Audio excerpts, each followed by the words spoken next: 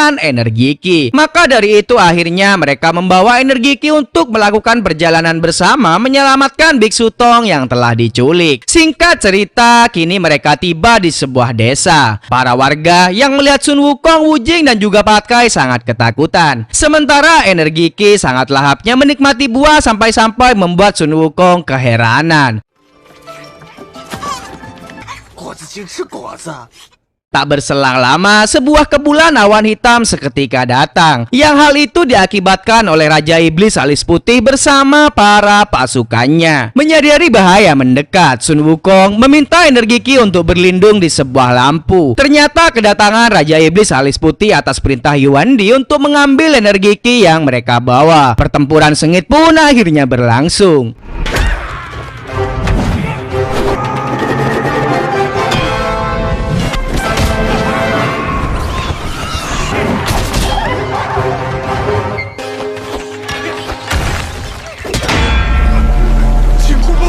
Meskipun pada awalnya Sun Wukong mampu mengalahkan satu persatu para pasukan Raja Iblis Alis Putih, pertarungan semakin sulit ketika para warga juga ikut terpengaruh menjadi pasukan para siluman, sehingga membuat Sun Wukong sedikit kewalahan. Raja Alis Putih pun berhasil membawa energi Ki.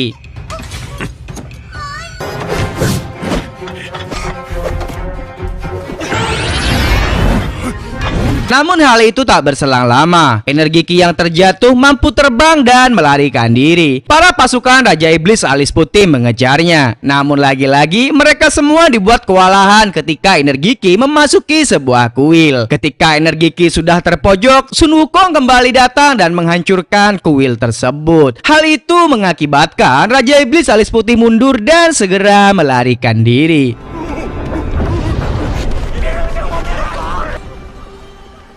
Melihat kekacauan yang terjadi, energi Ki kemudian menangis. Ia kemudian membagikan sebagian energinya untuk menyembuhkan para warga yang masih dalam pengaruh hawa iblis. Apa yang ia lakukan itu membuat energi Ki mulai melemah. Namun ketika energi Ki kembali memakan buah, semua kekuatannya telah kembali dan mereka akhirnya melanjutkan perjalanan menuju kuil tempat Dewa Gunung berada. Sementara itu di tempat yang lain, Yuan Di yang juga murka atas kegagalan Raja Alis Putih langsung memakan Raja Iblis Alis Putih tanpa belas kasihan. Setelah itu, jiwa Yuan Di keluar untuk mencari keberadaan Wukong dan teman-temannya.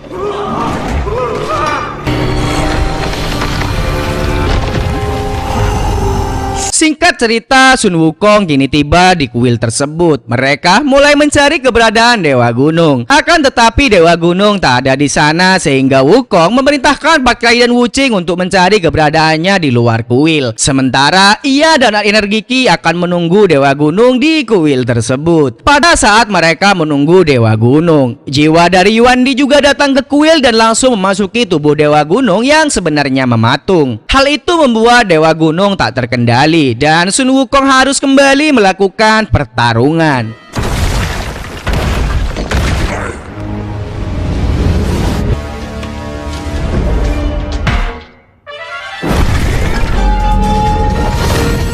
Pertempuran sengit pun berlangsung. Patkai dan Wujing yang baru saja tiba di kuil juga ikut andil dalam pertarungan. Mereka berdua melawan anjing rakun angin, sementara Wukong terus saja memborbardir serangannya ke Dewa Gunung sampai akhirnya Dewa Gunung berhasil disadarkan oleh Wukong dengan keluarnya jiwa Yuan Di dari dalam tubuhnya.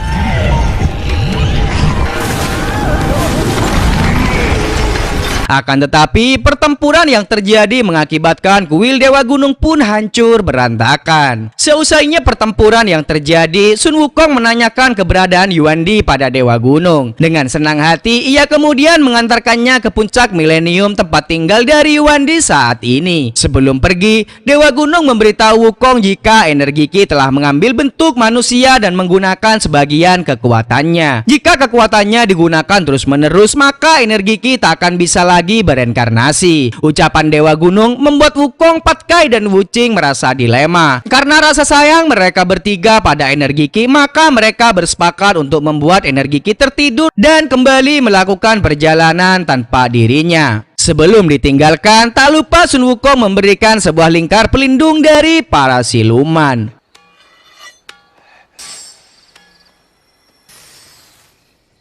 Sementara itu di tempat yang lain, tepatnya di puncak milenium, para Raja Iblis telah berkumpul untuk menyambut nenek moyang mereka yang sebentar lagi akan berubah wujud menjadi wujud aslinya. Dan mereka semua bersiap untuk menanti kedatangan Sun Wukong, Wu Jing, dan juga Pat Kai. Singkat cerita, pertempuran pun tak bisa lagi dihindarkan. Sun Wukong, Wu Jing, dan Pat Kai melawan ribuan para pasukan iblis tersebut. Agar tidak kehilangan momen, maka dari itu kita saksikan bersama, guys.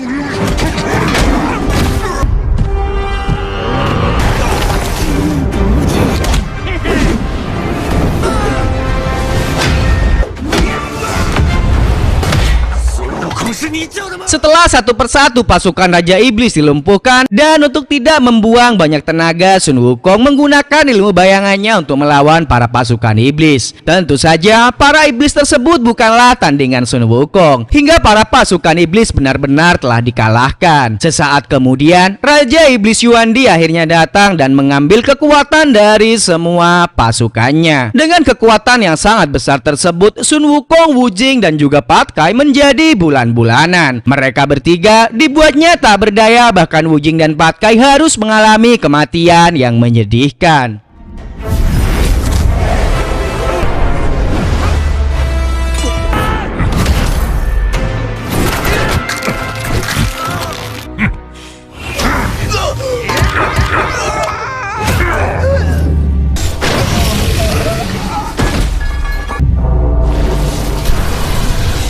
Tak hanya mereka berdua, Biksu Tong juga diserap seluruh jiwanya sehingga membuat Yuandi semakin tak terkalahkan. Sun Wukong tak putus asa begitu saja. Meskipun telah babak belur, ia masih terus melawan Yuandi sampai ia benar-benar tak mampu lagi bangkit. Yuandi kemudian mendatangi energi Ki untuk sekalian menghabisinya. Namun segel yang diberikan Wukong sebelumnya membuat Yuandi juga harus mengeluarkan kekuatan besarnya. Saat Yuandi akan menghabisi energi Ki, Wukong kembali bangkit dan melindunginya sepenuh hati. Energi Ki yang tak tega melihat Wukong yang sudah sekarat kemudian mengeluarkan energinya untuk membantu Wukong.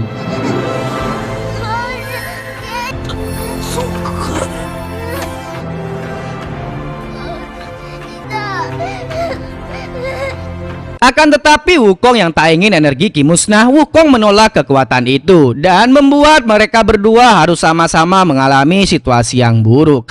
Sumpah sedih saya lihat scene ini, guys.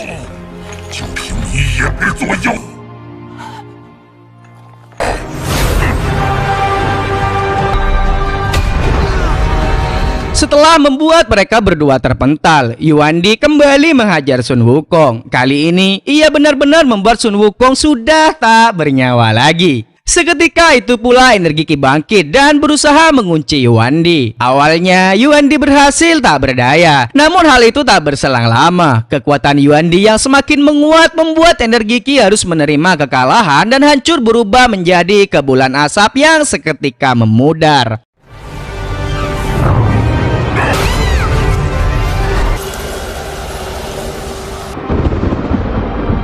Namun energi Ki yang tersisa seketika memasuki tubuh Sun Wukong. Jantungnya kembali berdetak dan Sun Wukong berubah menjadi bara api. Ia kembali hidup dengan kekuatan yang baru. Pertempuran terakhir antara nenek moyang iblis versus Sun Wukong mode keren akhirnya kembali berlangsung, guys. Entah kenapa kalau versi anime pasti keren banget, dan mari kita saksikan bersama.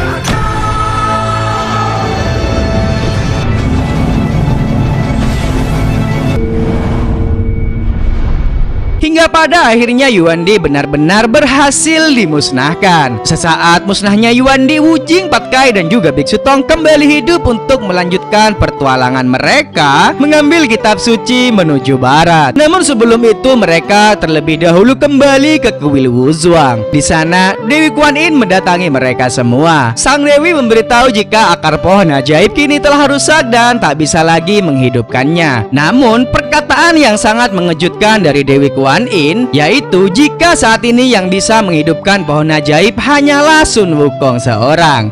Sun Wukong kemudian membuka kepalan tangannya dan terlihat sisa-sisa dari tubuh energi Ki yang seketika berubah menjadi asap dan mampu tertawa. Seketika itu pula pohon ajaib kembali tumbuh dan berubah menjadi pohon raksasa seperti semula. Maka dari itu berakhirlah alur cerita dari film The Monkey King Reborn 2021 kali ini guys. Semoga kalian terhibur dan sampai jumpa di video selanjutnya. Bye bye.